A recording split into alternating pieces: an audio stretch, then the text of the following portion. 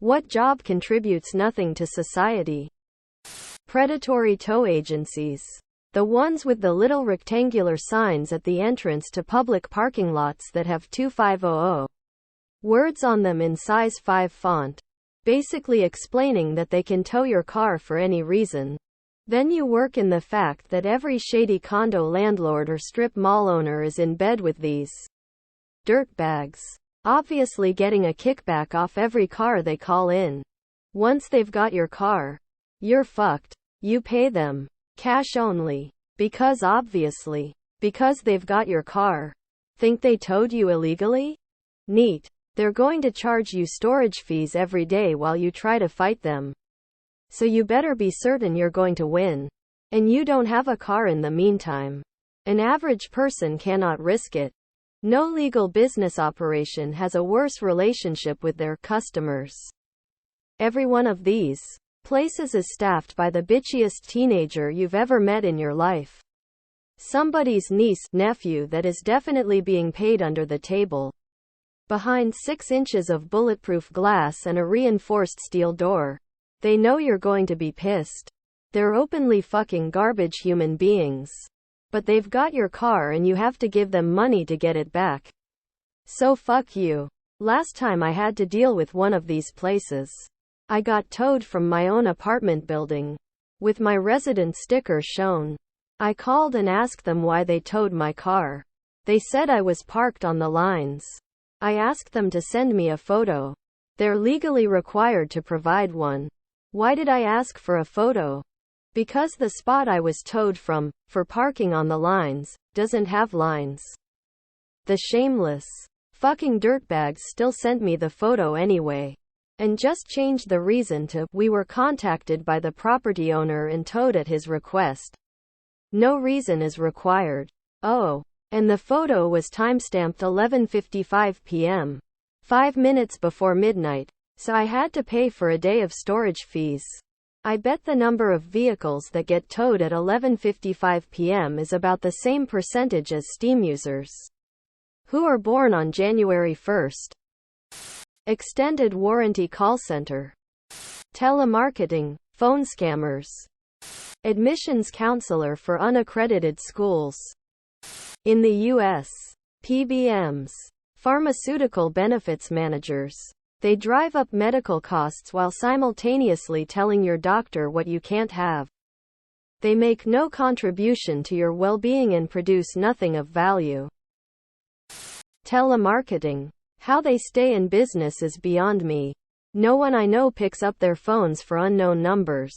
And even my phone will warn me that they're a spam risk. In the off chance that anyone actually does pick up, the moment they realize it's just someone trying to sell them something, then they'll immediately hang up. Who are they selling to? What did you think only rich people could afford until you realized you were just broke growing up? Target clothes. Apparently clothes from Target are considered cheap? I grew up thinking that's where my rich classmates got clothes. Orange juice. As a kid, I vowed to be able to afford as much orange juice as I wanted when I got older. Started working in high school and used my first paycheck to buy a gallon of orange juice. I drank it all in one day and got horrible diarrhea. New clothes for no reason. I was so confused when I got to high school and girls would just suddenly have the new trend piece. I didn't understand why they were just allowed to have them. Things at the book fair. You could probably buy a good hoard of stuff from the book fair for $30 to $50 looking back. I was given $7 one year to buy something and I couldn't afford a book. Name brand cereal. I was looked at crazy in first grade when I said an off-brand name cereal was my favorite. Anything that required money at school. If anything required bringing money to school, I just took it as something I'll have no part of.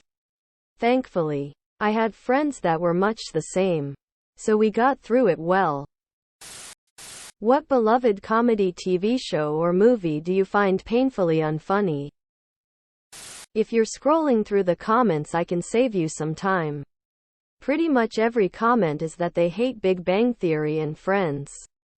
Also quite a few hate How I Met Your Mother. Those Disney Channel shows, the humor seems very artificial and forced. I used to tell my kids about an old show that was hilarious. Get a Life, from back in the early 80s. Found a VHS. Popped it in. And silence ensues. Did not age well. I loved Full House as a kid, but man is it hard to get through Fuller House. I absolutely hate Family Feud. This is because in literally every episode, if any contestant says something even a little weird or unusual, Steve Harvey sits there with his jaw on the floor, absolutely gobsmacked that somebody would say something like that. It may have been funny the first few episodes, but by episode 977, it gets pretty fucking old. Sex and the City. How Carrie's friends put up with her is beyond me. What are your best fighting tips? Run, and if you have to fight, don't play fair. I'm assuming that you didn't start the fight, are in self-defense mode, and the best option of avoiding the fight altogether is not an option. Go with the mentality that there are no rules at all. Use any and all tools, resources, dirty tricks to end the fight as fast and decidedly as possible. No rules in a street fight. If there's more than one, you'll lose. Best thing you can do is choose one of them and ruin his day in particular. 1. Run if you can. Cheat if you can't. 2. A knife is not good for fighting, but it is great for killing. 3. Unless they are worth killing, they are usually not worth fighting. 4. Remain silent until your lawyer arrives. Many clear-cut cases of self-defense have been ruined because a distraught survivor said something stupid to a cop. 5. Speed and aggression are the two greatest factors to surviving a fight. 6. Friends are a greater asset than training. No matter how badass you are, you can only punch in one direction. 7. Self-defense is not about winning. Your goal is to break contact and escape. Pride will get you killed or jailed. 8. Never ever assume you can beat anyone. That skinny shrimp might have a gun. That drunken lout might have a sober friend. 9. When all else fails, die fighting. Protect your head. Judge your enemy well. Know your limits. And if you need to, leave to fight another day. Under better circumstances. What's the most overrated drink? Fight Milk. The first alcoholic dairy-based protein drink for bodyguards. By bodyguards. I drink it every morning so I can fight like a crow. In reality, it's a diarrhea drink that made Cerrone and Felder shit and vomit their brains out. And it's not the official drink of the UFC. The cask of Amontillado. It sounds appealing, but you'll probably be walled in for drinking it. Edit. For anyone needing an explanation. / link. https. www.youtube.com/watch v equals 78 EUYB 978